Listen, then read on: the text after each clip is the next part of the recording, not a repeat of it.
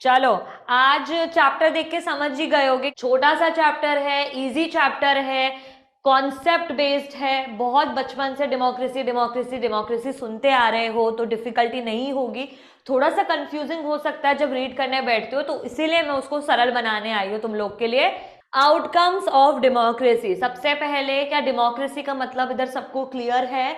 Democracy कैसी form of government होती है जिसकी सरकार सारे सिटीजन्स मिलके चुनते हैं। हर इंसान जो उस कंट्री को बिलोंग करता है उसका एक एक वोट से पूरी की पूरी सरकार फॉर्म होती है। ठीक है, ये जो हमारी सरकार है यहाँ पे बैठी हुई, वो सारे सिटीजन्स मिलके उनको चुनते हैं, इसको क्या बोलते हैं? डेमोक्रेसी। सबसे पहले तो कॉन्सेप्ट्स क्लियर करेंगे, ये होती है डेमोक्रेसी। डिक्टेटरशिप्स क्या होता है? What is dictatorship? By the people, for the people, from the people, yes that is democracy. Dictatorship क्या होती है? डिक्टेटरशिप होती है जिसकी सरकार सिटीजन्स मिलके नहीं चुनते हैं, या तो वो कोई मिलिट्री का ग्रुप हो सकता है, या वो कोई पर्सनल कोई पावरफुल ग्रुप हो सकता है। कोई भी मिलिट्री ले लिया या कोई भी पावरफुल ग्रुप ले लिया, जो अपनी मर्जी से बोल देते कि आज से इस देश को मैं चलाऊंगा या मैं चलाऊंगी और सारे सिटीजन्स को मेरी सुननी पड़ेगी। ठीक है, डिक्टेटरशिप ऐसा रूल होता है जो सिटीजन्स के वोट पे विश्वास नहीं रखता है, जो ये नहीं बोलता है कि तुम लोग मेरी सरकार चुनो, जो सिटीजन चूज करेंगे, जो वोट करेंगे हम वही फॉलो करेंगे। नहीं, ये सेल्फ मेड गवर्नमेंट होती है, खुद ही अपनी पोजीशन बना लेती है किसी कंट्री में, और एक कंट्री में पोजीशन बनाने के बाद वो अपना अथॉरिटी जमा लेती है, अथॉरिटी। तो ये तो हुई डिक्टेटरशिप। ठीक है, हो सकता है इनसे पावरफुल कोई और ग्रुप आ जाता है 10 सालों बाद, तो इनको हटा के वो ग्रुप इनके ऊपर बैठ जाता है। ठीक है, तो ये मोनार्की वाली फॉर्म से अलग हुई। मोनार्की क्या होती है अब ये बताओ? मोनार्की वाला फॉर्म ऑफ गवर्नमेंट क्या होता है? मोनार्कियल रूल होता है बच्चों, कोई भी किंग का रूल, किंग के बाद उसका बेटा प्रिंस बाद में किंग बनेगा, ऐसे करते करते जब भी कोई सालों से कोई रूल चला आ रहा है तो उसके रूल को हम मोनार्कियल फॉर्म ऑफ गवर्नमेंट कहते हैं। ठीक है, राजा का बेटा राजा, फिर उसका बेटा, सदियों से चली आ रहा एक ही फैमिली ही रूल करेगी, उसी का फैमिली का बेटा, फिर उसी फैमिली के बेटे का बेटा, बेटे का बेटा, ये होता है मोनार्की। ये डिक्टेटरशिप से बच्चों क्यों अलग होता है? क्योंकि डिक्टेटरशिप कोई भी न्यू ग्रुप भी अपना राजा और न्यू ग्रुप भी आके अपना रूल जमा सकता है। जैसे मिलिट्री, एक टाइप ऑफ मिलिट्री ग्रुप आके उसने बोला कि इस कंट्री पे अब से मेरा रूल है, मेरे पास सबसे ज्यादा पावर है, तुम सबको मेरी सुननी है, तो सब लोग उसकी सुनेंगे। ठीक है, जैसे ही कोई ज्यादा पावरफुल ग्रुप आ गया, भाई ये पावर मिलिट्री ग्रुप अभी रूल कर रहा है और इससे पावरफुल ग्रुप आ गया, तो वो इनको हटा देगा और बोलेगा अब तुम्हें मेरी सुननी पड़ेगी। ठीक है, तो इसको तो हमने कहा डिक्टेटरशिप। मोनार्की क्या होते हैं? कोई भी राजा का रूल चले आ रहा है तो वही फैमिली अपना रूल चलाएगी। और डेमोक्रेसी तो हर बार चेंज हो सकती है, हम जिसको वोट देंगे वही हमारा देश को रन करेगा। ठीक है, अभी 3 कॉन्सेप्ट क्लियर हो गए कि नहीं हो गए? डिक्टेटरशिप, डेमोक्रेसी और मोनार्की। क्लियर हो गया? चलो, how do we assess democracy's outcome? भाई डेमोक्रेसी अच्छी है या democracy good form of government है, ये कैसे पता करते हैं? हाउ, ये बनेगा आपका क्वेश्चन कि भाई पता कैसे करें। 5 मार्क्स का क्वेश्चन भी बन सकता है ये कि डेमोक्रेसी एक अच्छी फॉर्म ऑफ गवर्नमेंट है या नहीं है। भाई डेमोक्रेसी चलती तो आ रही है, अच्छी क्यों है? क्योंकि सबसे पहले तो सबके बीच में इक्वालिटी प्रमोट करती है, एक समानता। जितनी जितनी इज्जत इस देश में मुझे मिलेगी उतनी तुम सारे बच्चों को मेरे सामने मिलेगी। हर सिटीजन, हर इंसान इस देश का इक्वल है, कोई किसी से छोटा कोई किसी से बड़ा नहीं होता है। तो ये हुआ आपका फर्स्ट कीवर्ड बच्चों, फर्स्ट पॉइंट। ठीक है, सेकंड पॉइंट देखते हैं, enhances the dignity of individual. ठीक है, डेमोक्रेसी क्या बोलता है? डेमोक्रेसी बोलता है कि जितने भी सब लोग हैं हमें मिलके सबको इज्जत देनी है, तभी हमें इज्जत मिलेगी। ये वाला फंडा डेमोक्रेसी में भी होता है। ठीक है, आप किसी डिक्टेटरशिप में तो आप नीचा किसी को दिखा सकते हो, मान लो आप सोचो डिक्टेटरशिप में किसी एक पार्टी का रूल चल रहा है, तो वो पार्टी को जो लोग पसंद है बस उनकी ही चलेगी, जो दूसरे लोग हैं उनकी नहीं चलेगी। तो क्या हुआ, सबको इजीली, सबको उतनी इज्जत, सबको उतनी डिग्निटी मिली कि नहीं मिली? नहीं मिली। लेकिन हमारे डेमोक्रेसी में सबको बराबरी से रखा जाता है, उतनी ही इज्जत दी जाती है। Improves the quality of decision making, improves the, अभी कोई भी लॉ पास करना है तो सारी सरकार मिलके बैठती है डिसाइड करने या नहीं बैठती है? जल्दी बताओ।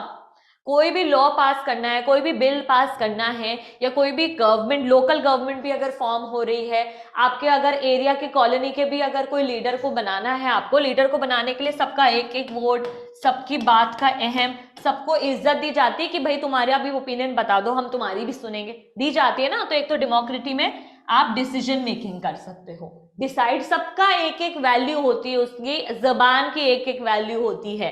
तो ये बना आपका डेमोक्रेसी, इसलिए भी हमें अच्छी लगती है कि भाई एक तो डिसीजन मेकिंग, उसमें स्पेस है, हम डिसीजन दे सकते हैं, हम अपना ओपिनियन, हम अपनी आवाज रख सकते हैं। ठीक है, ये बना आपका तीसरा पॉइंट। चौथा पॉइंट बना provides a method to resolve conflict. ठीक है, डिक्टेटरशिप में अगर कोई रूल निकाल दिया तो अभी सबको मानना पड़ेगा। ठीक है, डेमोक्रेसी में कुछ रूल निकला और मेजॉरिटी उससे वो नहीं हुई कि भाई हम नहीं मानेंगे। जैसे अगर एक लीडर ने डेमोक्रेसी में रूल निकाला और 10 में से मान लो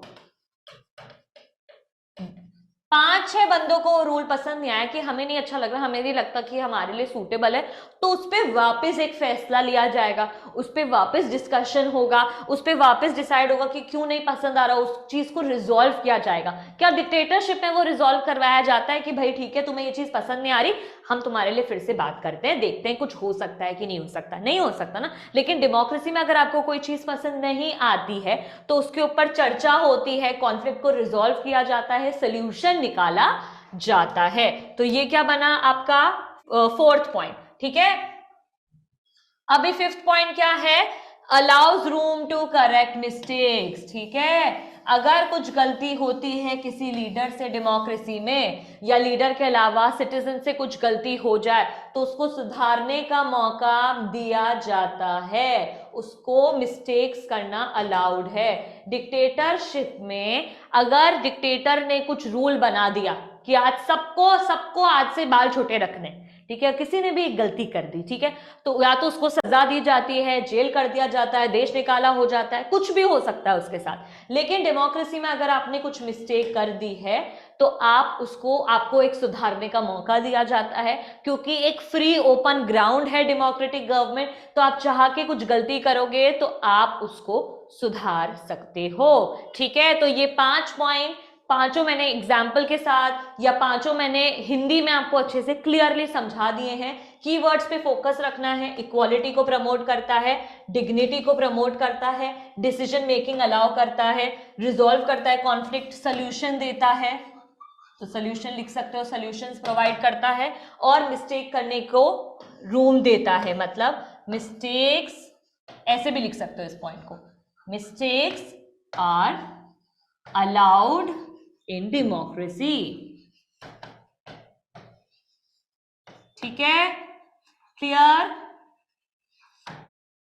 चलो next, democracy produces accountable, responsive and legitimate government. ठीक है, ये जो हेडिंग है ना, इस हेडिंग के अंदर वाले पार्ट में जाने से पहले अकाउंटेबल का मतलब, रिस्पॉन्सिव का मतलब और लेजिटिमेट का मतलब, इन तीनों का मतलब समझते हैं। ठीक है, अकाउंटेबल का मतलब हम चूज करते हैं हमारे लीडर को डेमोक्रेसी में या नहीं करते हैं। एक एग्जांपल देती हूँ, आप स्कूल जाते हो, सब जाते हैं, ठीक है, स्कूल में आपका एक मॉनिटर होता है, मान लो 50 बच्चे हैं क्लास में, एक मॉनिटर है।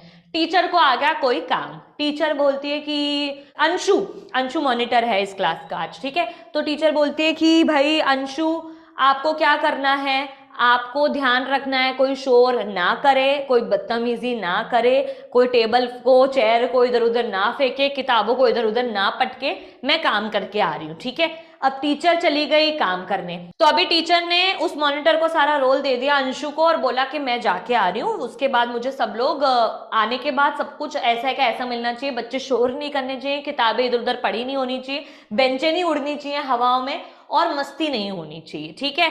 तो ये टीचर बोल के चलेगी। अब टीचर आती है 1 घंटे बाद, ठीक है, और 1 घंटे बाद टीचर देखती है कि हालत खराब हो गई है क्लास की, तहस नहस मच चुका है, जो कि हम करते थे स्कूल में, सभी करते हैं। अगर फ्री पीरियड मिल जाएगा तो फिर तो मतलब हालत खराब होने वाली है क्लास की, ठीक है। इतनी बातें हो रही थी, पेपर के एरोप्लेन बना रहे हैं, एक दूसरे पे फेंक रहे हैं, तो टीचर आके हैरान परेशान कि भाई ये क्या हालत हो गई, ठीक है, ये कैसे हो गया।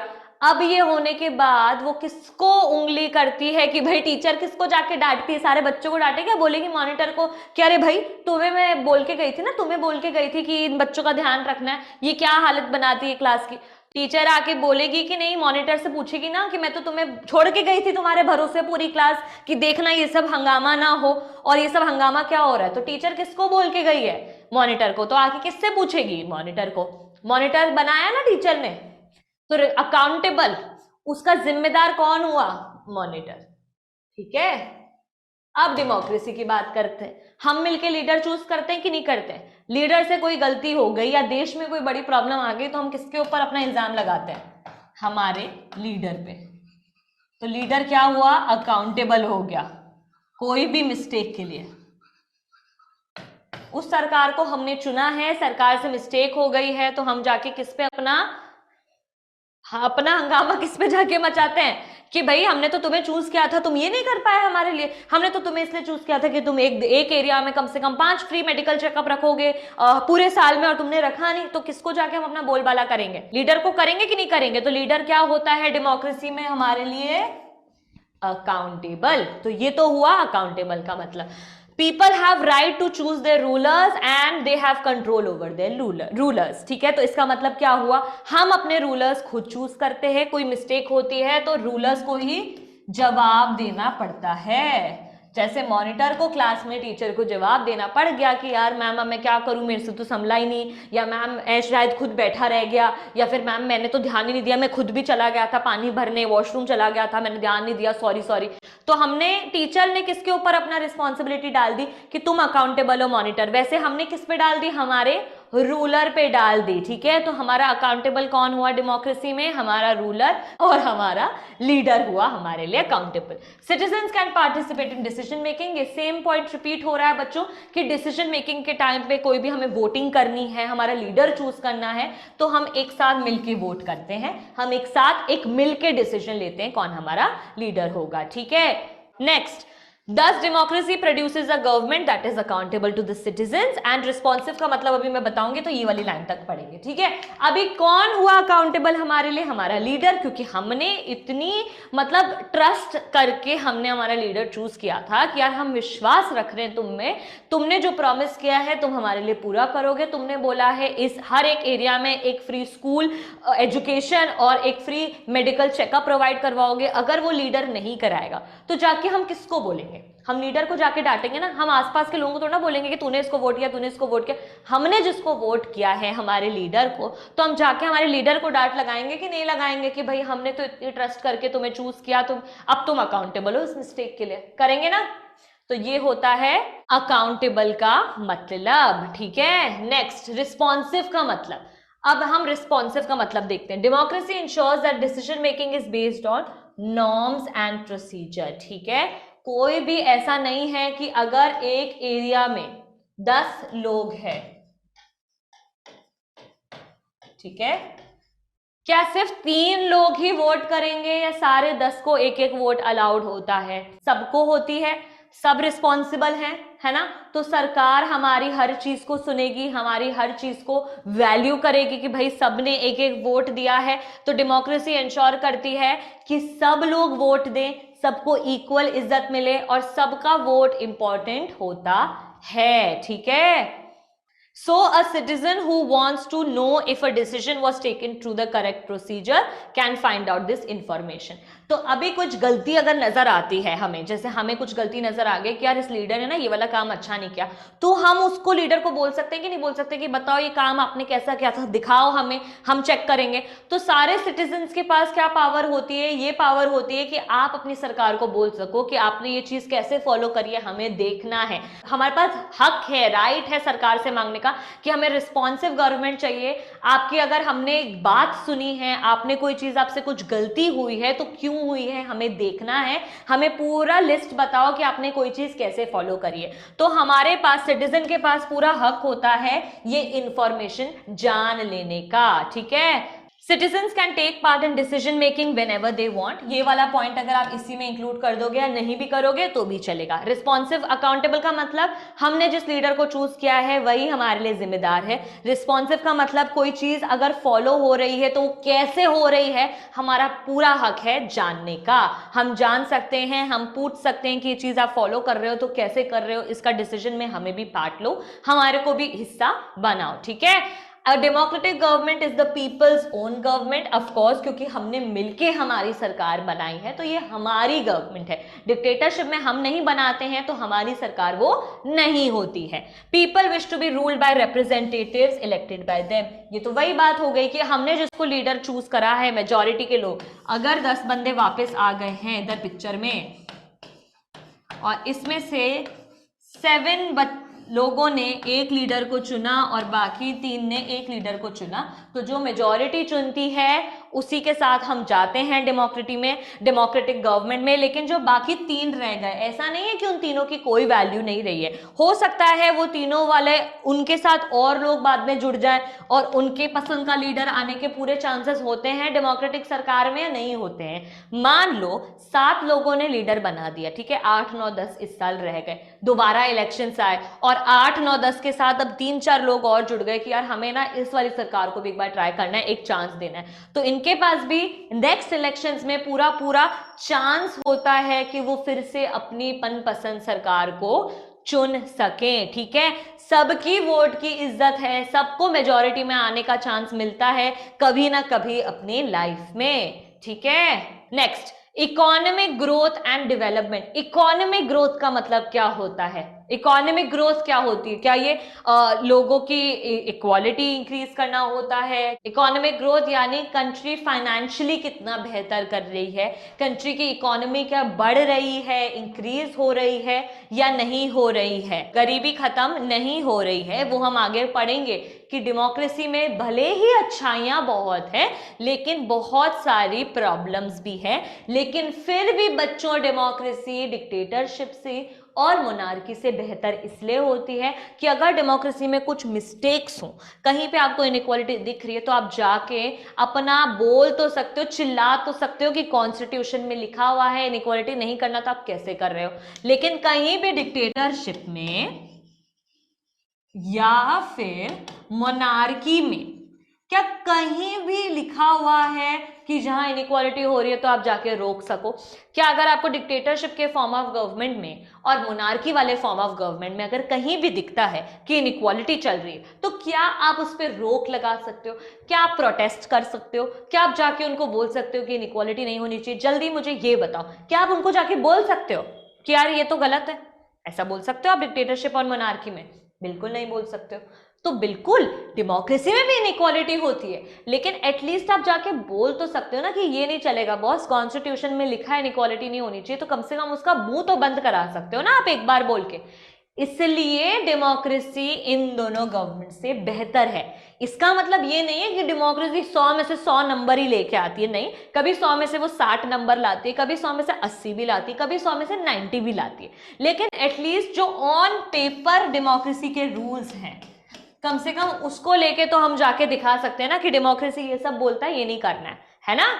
इसलिए हम डेमोक्रेसी चूज करते हैं, ठीक है। ये अकेला रीजन है कि हम डेमोक्रेसी क्यों चूज करते हैं, ठीक है। चलो आगे बढ़ते हैं इकोनॉमिक डेवलपमेंट में। Economic development depends on several factors. वो क्या फैक्टर्स हैं, यही क्वेश्चन बनेगा, ठीक है। इस फैक्टर्स को देखेंगे। The country's population size, global situation, cooperation from other countries, economic priorities adopted by country। एक एक पॉइंट करके बढ़ते हैं, ठीक है। आज इंडिया एक डेमोक्रेटिक कंट्री है, मान लो इंडिया की कंट्री, हमारी जो इंडिया है उसमें पॉपुलेशन आपको पता है बहुत ज्यादा है।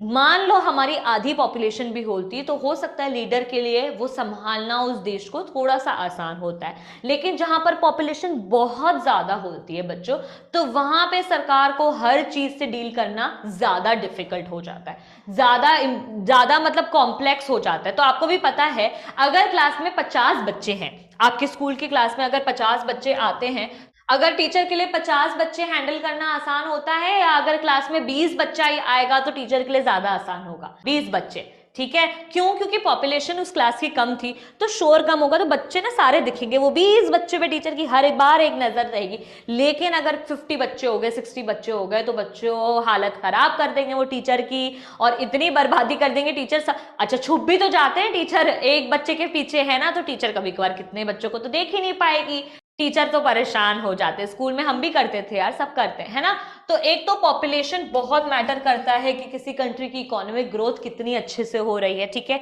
ये पॉइंट क्लियर हुआ। ग्लोबल सिचुएशन क्या चल रही है? आपने वर्ल्ड वॉर 1, वर्ल्ड वॉर 2 दोनों सुना है।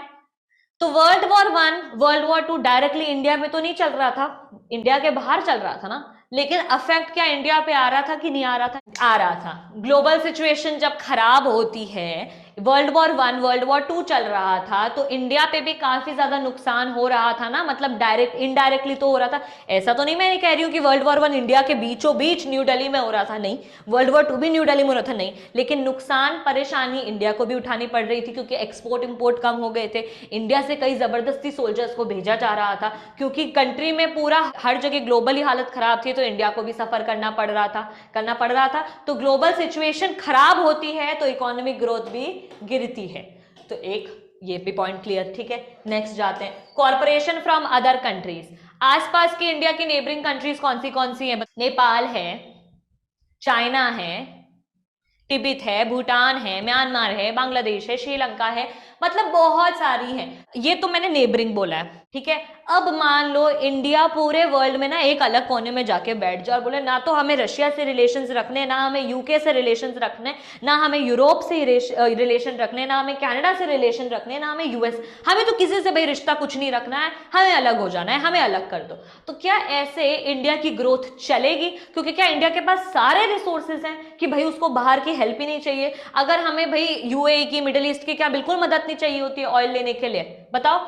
तो अगर हम अकेले कोई कोने में जाके बैठ जाएं, फॉर एग्जाम्पल अगेन वापस क्लासरूम की बात कर लो, हो सकता है आप 4 दिन छुट्टी कर लेते हो, आपके घर में कोई शादी आ गई है, तो आप नेक्स्ट दिन जाकर अपने दोस्तों से होमवर्क मांगते हो ना, या फोन करते हो, यार होमवर्क भेज दे, यार बहन होमवर्क भेज दे, भाई मेरे को नोट डाउन करना है। मान लो आपका क्लास में किसी से भी बात हो रही है, कोने में एक जाके बैठते हो, तो कितनी परेशानी हो जाएगी, होगी कि नहीं होगी? तो बस फिर तो जब ऐसी परेशानी होती है तो हमें कॉर्पोरेशन की जरूरत पड़ती है, एक दूसरे की मदद करना है। अगर हम इंडिया को बिल्कुल अलग कोने में पटक देंगे, किसी से हेल्प नहीं दे रहे, ना तो किसी को अपने रिसोर्सेज दे रहे, ना किसी से ले रहे हैं, तो हमारी इकोनॉमिक ग्रोथ फिर से गिर जाएगी। बच्चे, हर देश अपने आप में आत्मनिर्भर होता है, लेकिन जहां पे कोई चीज मिल ही नहीं रही है, उस कंट्री की ज्योग्राफिक लोकेशन ही ऐसी है, तो म्यूचुअल कॉर्पोरेशन, एक दूसरे से दोस्ती, एक दूसरे के साथ ह्यूमैनिटी दिखाना, एक दूसरे की मदद करने में ही आगे बढ़ना होता है। किसी को नीचे गिरा के तो आप कभी भी जिंदगी में आगे नहीं बढ़ पाओगे। अपने साथ लेके जरूर आप सबको आगे लेके बढ़ सकते हो, किसी को नीचा दिखा के हम नहीं बढ़ सकते हैं, है ना। तो strength lies in unity, united we stand, divided we fall, मतलब अगर एक साथ हैं तो खड़े हुए हैं। टग ऑफ वॉर देखा है, वो रस्सी खींचने वाला, एक पार्टी तो 10 बच्चे यहाँ होते हैं, 10 बच्चे यहाँ होते हैं, मान लो उधर 10 बच्चे और इधर एक ही है, तो क्या वो 10 वाली साइड रस्सी वाला खींचेगी? वो रस्सी खींच वाला जो गेम होता है, कौन जीतेगा? जो मेजोरिटी में होगा, जो एक साथ ताकत लगाएगा वही तो जीतेगा ना, जो कोशिश एक साथ करेगा वही जीतेगा, ठीक है।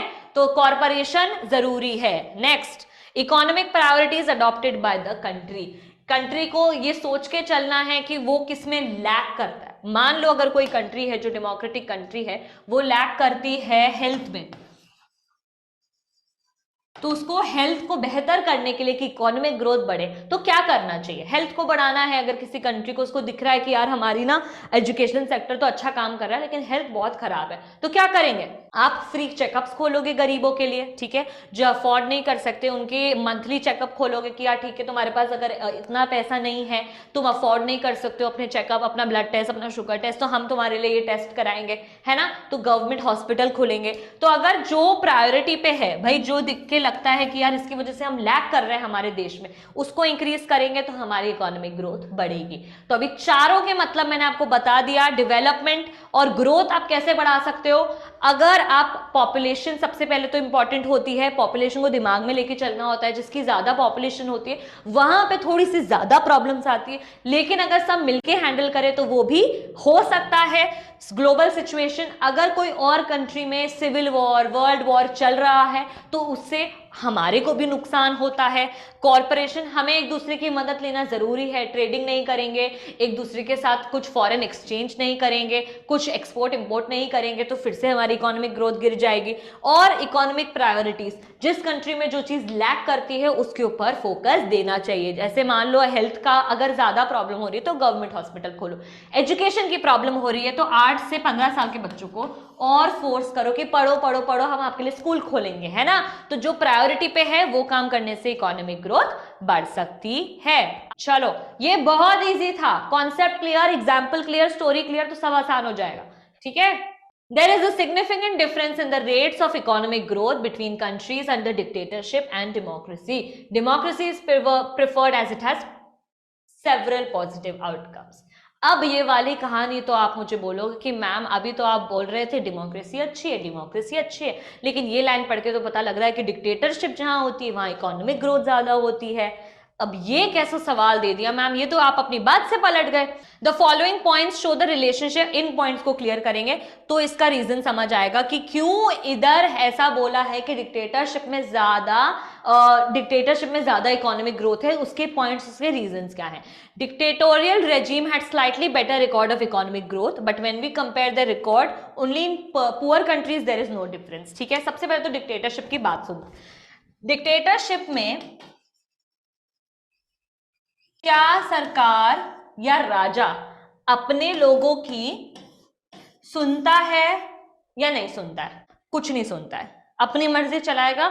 उसको लगता है कि हफ्ते में ऑफिसेस सारे 7 दिन खुलेंगे तो क्या आप कुछ भी कर लो वो बदलेगा आपका डिसीजन? डेमोक्रेसी होता तो आप चिल्ला चिल्ला के बोल सकते हो कि हमें संडे छुट्टी चाहिए, संडे छुट्टी चाहिए। अगर डिक्टेटरशिप बोले कि स्कूल पूरे मंडे टू संडे चलेंगे, क्या कर लोगे? कुछ उखाड़ पाओगे? नहीं उखाड़ पाओगे, है ना। या फिर वो बोले कि हर ऑफिस 7 के 7 दिन खुलेंगे, एक भी दिन छुट्टी नहीं मिलेगी, तो कुछ कर पाओगे? नहीं कर पाओगे। लेकिन इससे क्या होगा?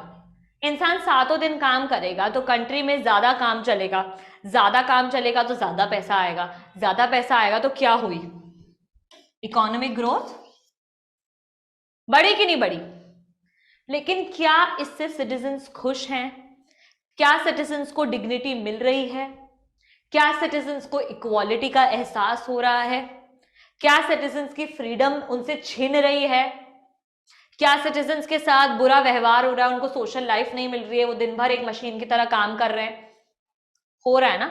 तो डिक्टेटरशिप इकोनॉमिक ग्रोथ कर लेगा, लेकिन क्या अपने सिटीजन्स को खुश रख पाएगा, फ्रीडम दे पाएगा, सोशल लाइफ दे पाएगा, अच्छी हेल्थ दे?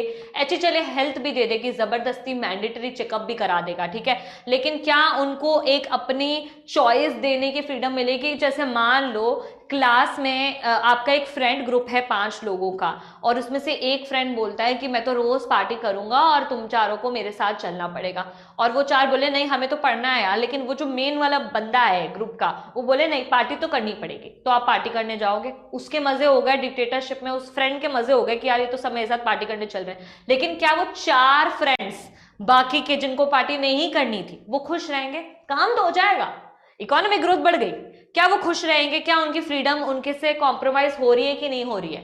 जो वो चाहते थे वो उन्हें मिल रहा है, उन्हें घर जाना था, पढ़ना था, तो क्या वो कर पा रहे? नहीं कर पा रहे। तो इसलिए डिक्टेटरशिप भले ही इकोनॉमिक ग्रोथ इंक्रीज कर दे, लेकिन हम फिर भी डेमोक्रेसी के पास उछल उछल के जाते हैं, क्योंकि एक तो वो हमें सिक्योरिटी देती है, इज्जत देती है, फ्रीडम टू चूज देती है, इनइक्वालिटी नहीं करती है, डिस्क्रिमिनेशन अलाउ नहीं करती है। इसलिए डिक्टेटरशिप में इकोनॉमिक ग्रोथ ज्यादा होने के कारण जरूरी नहीं है बच्चों कि वो उतनी फ्रीडम सिटीजन्स को पहुंचाए।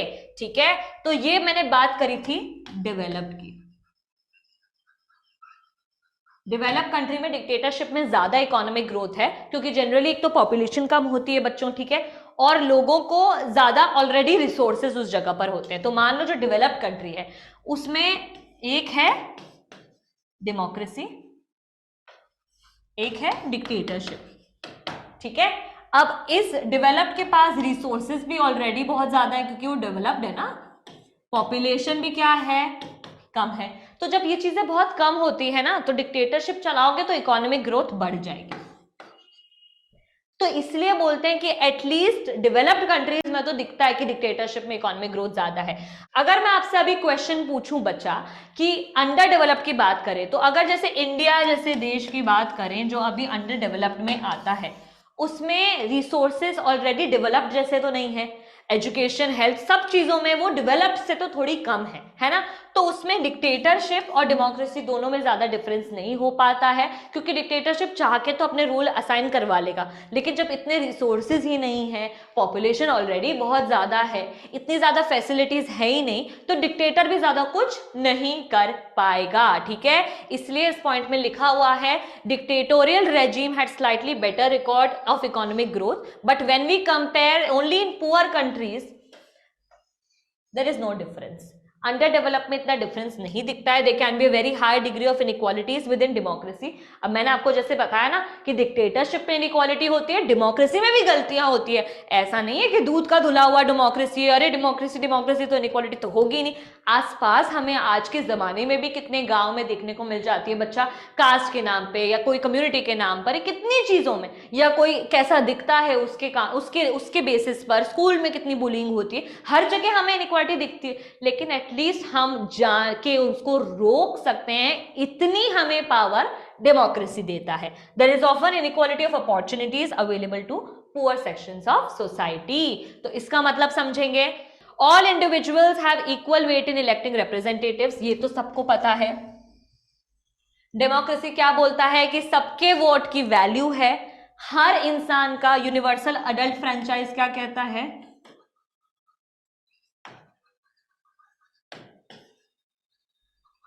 कि 1 person is equals to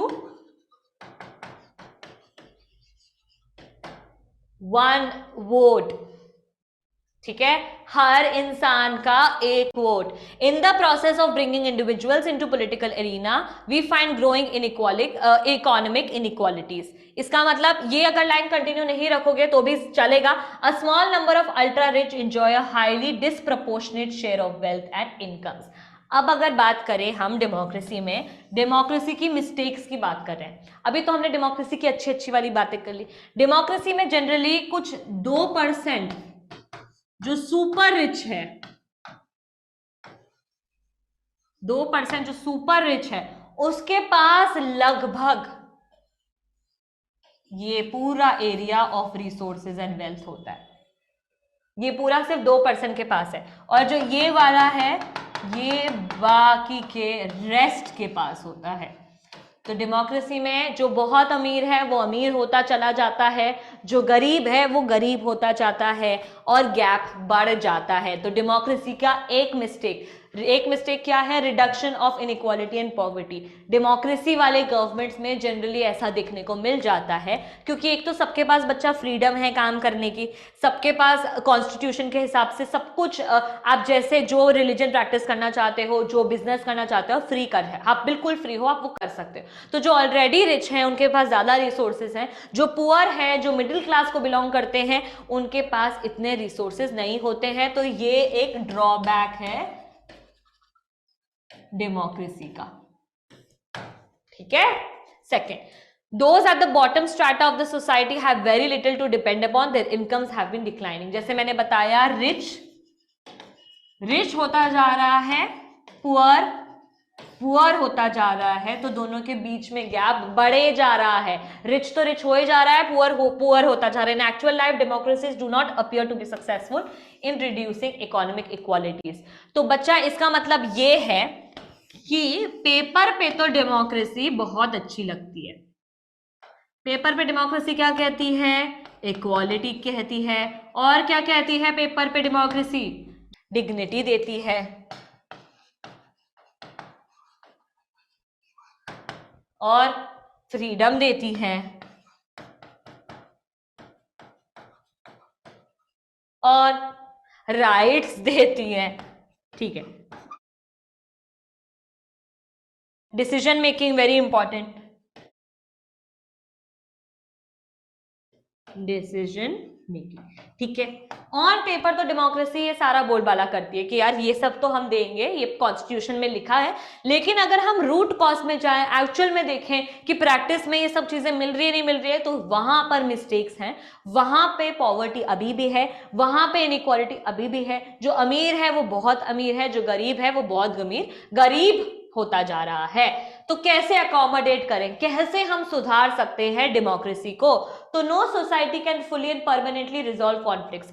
dictatorship में भी मिस्टेक्स होती हैं, मोनार्की में भी मिस्टेक्स होती हैं और डेमोक्रेसी में भी मिस्टेक्स होती हैं। लेकिन हम फिर से मैं वही वाली चीज रिपीट करूंगी, हम डेमोक्रेसी को इसलिए चूज करते हैं कि कम से कम कुछ भी हो, गलतियां हो तो आप जाके उनको बोल सकते हो डेमोक्रेसी में, लेकिन डिक्टेटरशिप में और मोनार्की में आप ऐसा नहीं बोल सकते हो। However we can learn to respect these differences and we can evolve mechanisms to negotiate the differences. इस लाइन को समझेंगे, however we can learn to respect the differences. ठीक है, मान लो इंडिया में ABCD रिलीजन है, ठीक है, तो अगर इनइक्वालिटी इन रिलीजन के बीच में चल भी रही है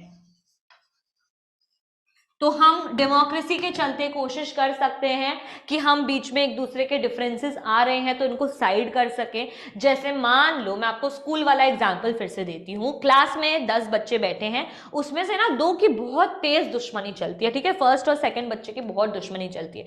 12th क्लास आ गई है, फेयरवेल का टाइम हो रहा है, तो फेयरवेल के टाइम पे आप क्या कहते हो? चलो छोड़ो यार, पुरानी दुश्मनी जाने देते हैं, गले लगते हैं और खत्म करते हैं। ठीक है, क्या करते हो? जनरली ऐसा हमने मूवी में भी देखा है, पिक्चरों में भी देखा है।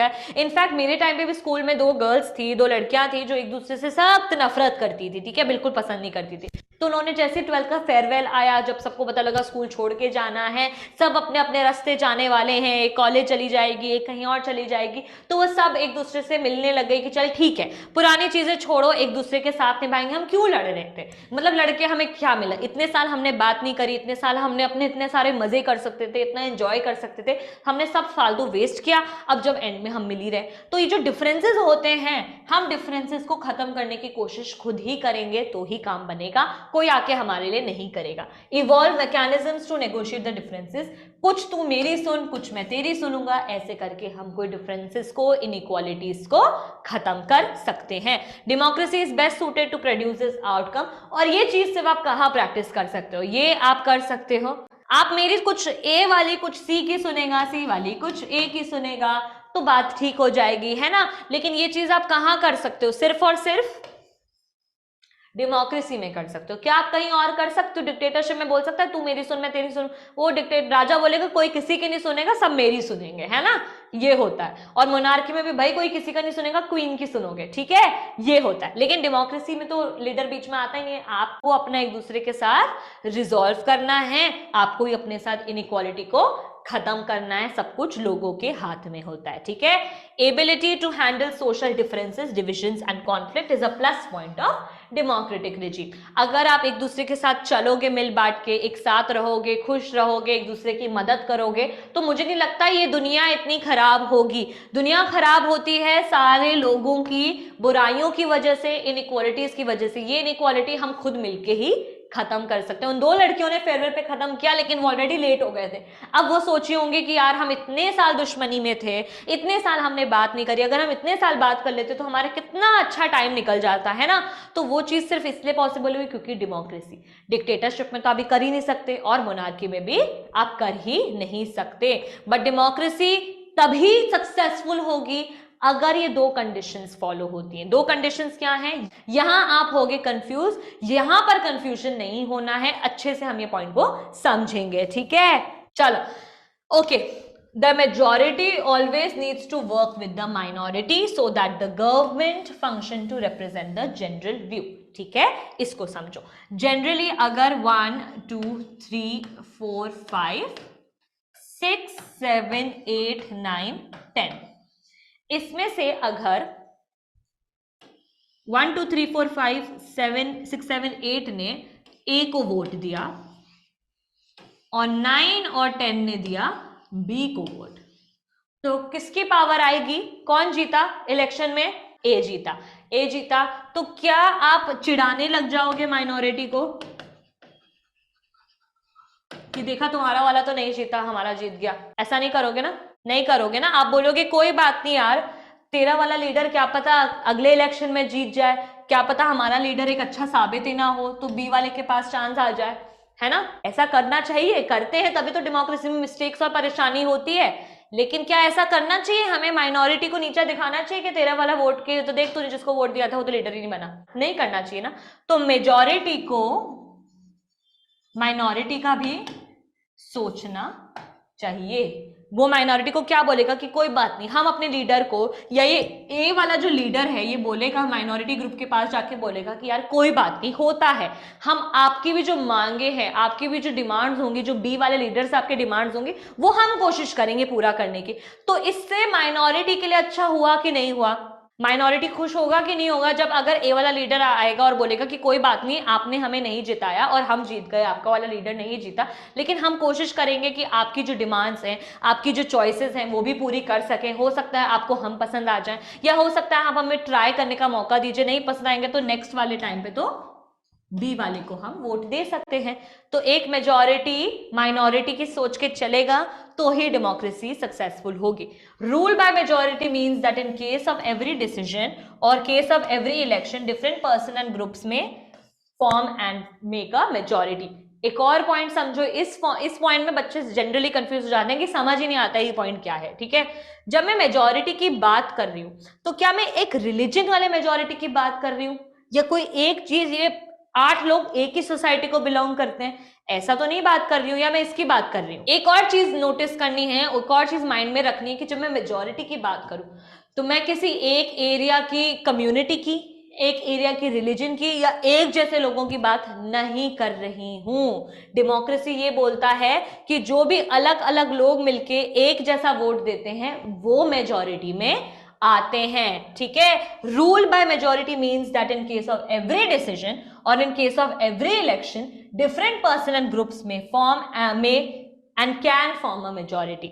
हो सकता है ये 3 रिलीजन ए के हों, ये 2 रिलीजन डी के हों, ये 3 रिलीजन एफ के हों, और ये जो 9 और 10 है ना ये भी ए के हों, है ना। सारे अलग अलग रिलीजन के भी मेजॉरिटी में आ सकते हैं, और ये 9 और 10 के पास भी ऐसी छूट होनी चाहिए बच्चों कि आगे जाके उनके दिमाग में ये ना रहे कि यार हम तो माइनॉरिटी रह गए, हमें तो कुछ मिला ही नहीं। 9 और 10 के अंदर ये भावना होनी चाहिए कि क्या पता अगले साल अगले इलेक्शंस में हमारी मेजॉरिटी हो। तो सबको एक मेजॉरिटी में आने का एहसास डेमोक्रेसी दिलाती है।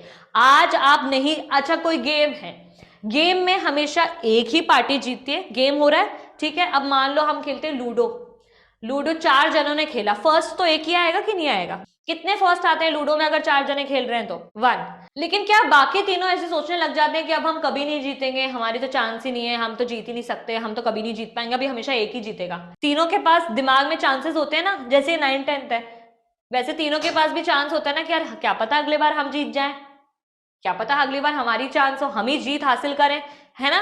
तो ये डेमोक्रेसी कहता है, ठीक है। Democracy stands much superior to any form of government and in promoting the dignity and freedom, the passion for respect and freedom are the basis of democracy. ये तो डिग्निटी, फ्रीडम, रिस्पेक्ट और freedom वापस आ गया, ठीक है। तो ये सारी चीजें कहाँ इंश्योर होती हैं सबसे ज्यादा, डेमोक्रेसी में। चैप्टर में हम ये कंक्लूड कर सकते हैं कि डेमोक्रेसी सबसे बेस्ट सूटेड गवर्नमेंट है, क्योंकि भले ही इसमें भी प्रॉब्लम्स हों, खामियां हों, मिस्टेक्स हों, लेकिन कम से कम हम डेमोक्रेसी में ऑन पेपर के होने के बावजूद चिल्ला चिल्ला के बोल सकते हैं कि इनइक्वालिटी अलाउड नहीं है, मत करो। फ्रीडम सबके पास है, फ्रीडम ऑफ स्पीच है, डिग्निटी है, इज्जत है। डिक्टेटरशिप और मोनार्की में तो हमारे पास जबान खोलने की भी फ्रीडम नहीं होती है, तो डिक्टेटरशिप हमें ये फ्रीडम देता है, ठीक है। Let's take the case of dignity of women. The long struggles by women have created some sensitivity and that respect and equal treatment of women are necessary. अब एक बात बताओ, ये डेमोक्रेसी की बात करते हैं। Democracy in India has strengthened the claims of disadvantage and discriminate caste for equal status and equal opportunity, ठीक है। इंडिया की बात करते हैं। इंडिया में इंडिपेंडेंस से पहले जो विमेन थी और जो कास्ट थे, जो लोअर कास्ट मानते थे जिनको, क्या इन दोनों के पास बहुत ज्यादा पावर थी, या क्या विमेन के साथ बहुत ज्यादा पहले अत्याचार होता था कि वो घर में रहेंगी, जॉब नहीं करेंगी, एजुकेशन नहीं करेंगी, काम नहीं करेंगी? मान लो इंडिया में डेमोक्रेसी नहीं आता, डिक्टेटरशिप आता, डिक्टेटरशिप आता। अगर डिक्टेटरशिप आता तो क्या विमेन और लोअर कास्ट आज भी वहीं पे होते, या डेमोक्रेसी में जैसे उन्होंने कोशिश करी है कि यार अभी डेमोक्रेसी बोलता है कि विमेन को भी उतनी इज्जत दो, लोअर कास्ट को भी उतनी इज्जत दो, ये लोअर कास्ट अपर कास्ट नहीं होता है, सब एक बराबर है, विमेन को और मेन को इक्वल रखो, हमें भी पढ़ाई करनी है। डेमोक्रेसी में आया ये सब तो ये चिल्ला चिल्ला के हम अपनी फ्रीडम मांग पाए। लेकिन मान लो डिक्टेटरशिप होता तो क्या विमेन और क्या कास्ट इनइक्वालिटीज अपनी इज्जत मांग पाती या नहीं मांग पाती? कुछ भी नहीं कर पाती। लेकिन क्योंकि डेमोक्रेसी आई और डेमोक्रेसी ने पेपर पे और डेमोक्रेसी ने अपने कॉन्स्टिट्यूशन में इंश्योर किया कि सब एक तो इक्वल है, सबके पास फ्रीडम है, नो डिस्क्रिमिनेशन, ठीक है, ये सब चीजें डेमोक्रेसी ने इंश्योर करी, तो विमेन को लगा कि यार अभी डेमोक्रेसी हमें इंश्योर कर रहा है तो हम हमारा हक लेके मांगेंगे। इनइक्वालिटी इंश्योर कर रहा है तो सारी कास्ट बोलते हैं कि हमारा डिस्क्रिमिनेशन हम सहन नहीं करेंगे। तो डेमोक्रेसी ने बहुत सारी चीजें बदली हैं, इंश्योर करी हैं, ठीक है। Most individuals today believe that their vote makes a difference. बिल्कुल, हम सबका एक एक वोट वैल्यू करता है। And the ways government is run, हमारे वोट से ही सरकार बनती है। Democratic examination never gets over, as it passes one test it produces another test. मतलब हमारे लिए सरकार अकाउंटेबल है। सरकार गलती करेगी तो हम बोलेंगे क्यों करी, सुधारो गलती, तो सरकार गलती सुधारेगी, ठीक है। डेमोक्रेसी ये अलाउ करता है। कुछ मिस्टेक होगी तो हम बोलेंगे कि क्यों मिस्टेक हुई, अभी ये वाली मिस्टेक नेक्स्ट टाइम नहीं होनी चाहिए, नहीं तो हम लीडर ही चेंज कर देंगे, है ना। तो हमारे पास लीडर चेंज करने की पूरी पावर होती है। As people get some benefits of democracy they want more and more. भाई हमें डेमोक्रेसी में कोई एक चीज हमें अच्छी लगती है तो हम हर मिनट उसे सुधार चाहते हैं। आज अगर 2 हॉस्पिटल एक एरिया में खुल जाएंगे तो अगले इलेक्शन के अगले लीडर से हम मांगेंगे तुम 3 खुला के दोगे तो तुम्हें वोट देंगे, 2 तो हमारा पुराना वाला लीडर भी खुला के दे रहा है। तो हमारी जो मांगे हैं डेमोक्रेसी में वो धीरे धीरे बढ़ती ही रहती हैं ताकि हम और बेटर हो सकें, ठीक है।